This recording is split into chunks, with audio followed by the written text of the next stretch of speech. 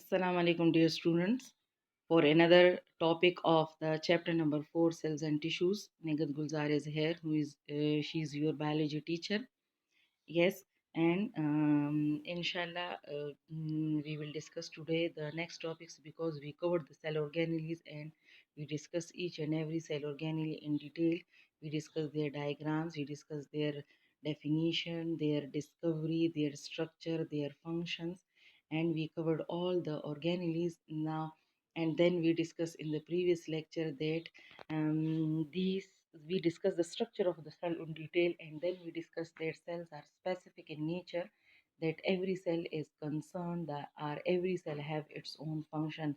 Every cell has its own function, that's why cell are known as specific in nature, or we can see the specificity of the cell.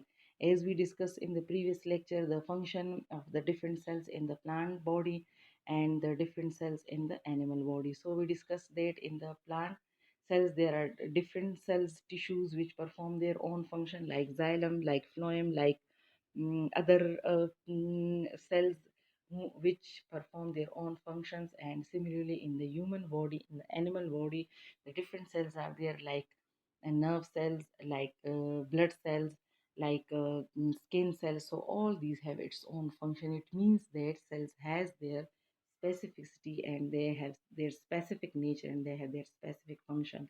Now come towards the next topic.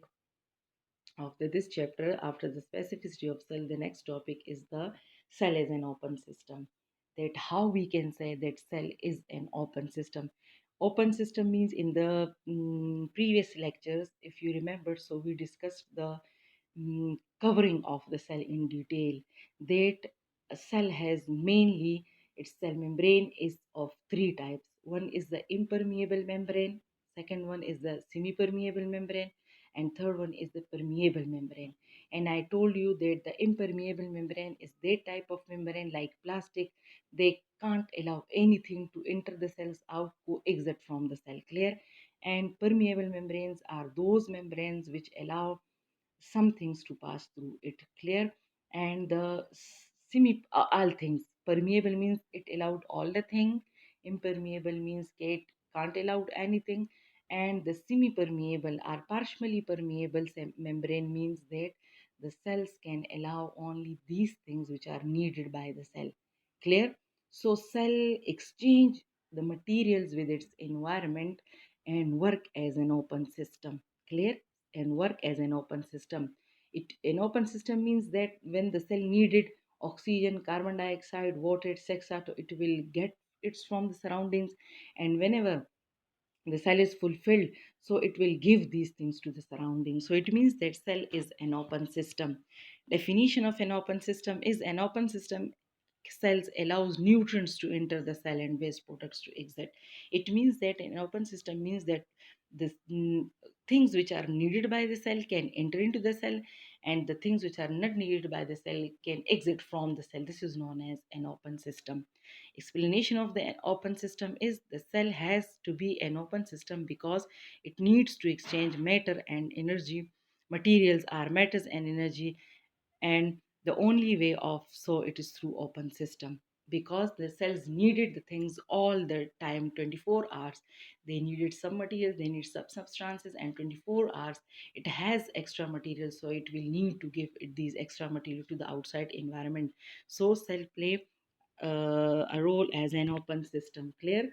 Examples: it takes in substances needed for it activities through its cell membrane. Definitely, it has its covering, which is known as the cell membrane, and the materials.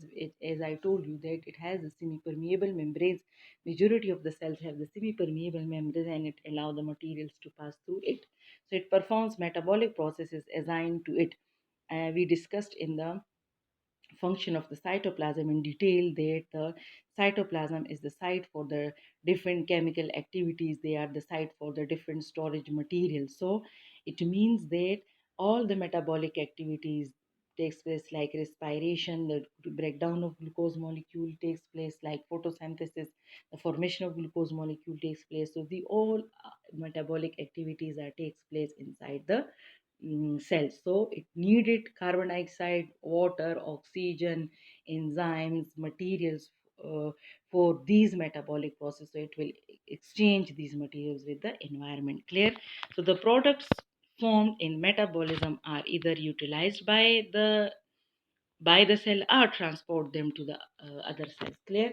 That whenever the, as for example, the respiration takes place in the inside the living cells, in all the living cells like plants, like animals.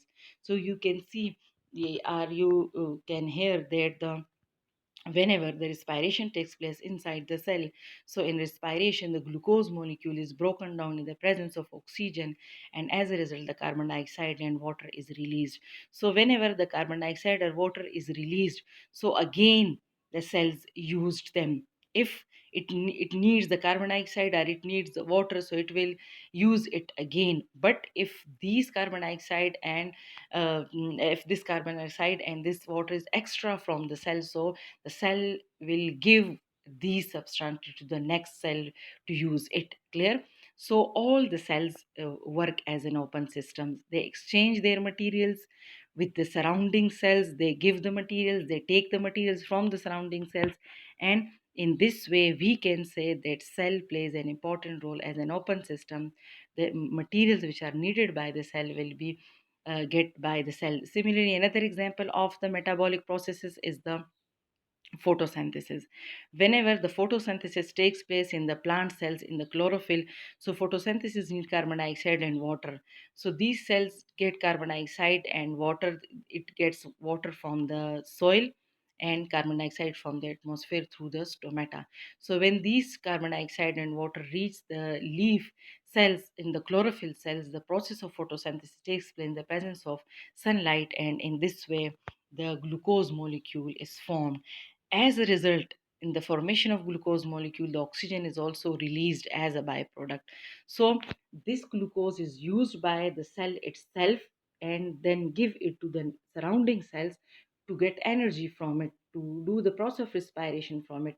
And the oxygen which is released in the photosynthesis as a byproduct also needed by this cell. If this oxygen is used by the cell, so it's okay. But if there is the extra amount of oxygen, then these cells will give this oxygen to the surrounding cells. So in this way we can say that cells are open systems and they exchange the materials with the surroundings, and they do the vital activities, the vital processes which are needed by the living bodies. Clear?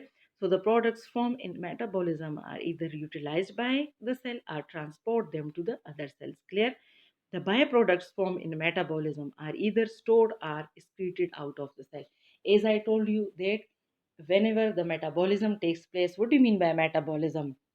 Metabolism, the building up of material and the breakdown of material. When the chemical reactions takes place inside the living bodies like plants, like animals, so this is collectively all the chemical reaction which takes place inside the living bodies, in which the formation of materials takes place and in which the breakdown of materials takes place. It is known as a metabolism. So metabolism means that whenever photosynthesis takes place, this is metabolism. Whenever the respiration takes place, this is metabolism. So definitely, as a result of metabolism, the different materials are formed inside the living cell, the different materials are released inside the living cell. So in these materials, some are byproducts which are released by the cell, like oxygen, in as a result of photosynthesis.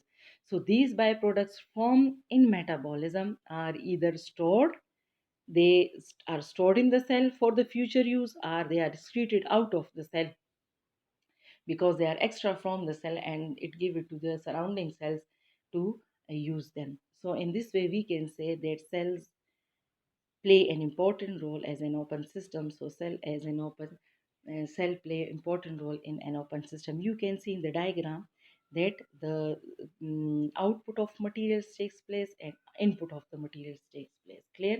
You can see that the outermost covering of the cell is porous. Clear? The boundary, where there is a boundary, so the boundary is porous, the small pores are present in the boundary, and it is an open system in the surroundings. The output means that it gives the material to the outside, and input means that it get the materials from surrounding the cells. So in this way we can say that cell is an open system and it exchanges the material with its surrounding. Clear? Okay, thank you.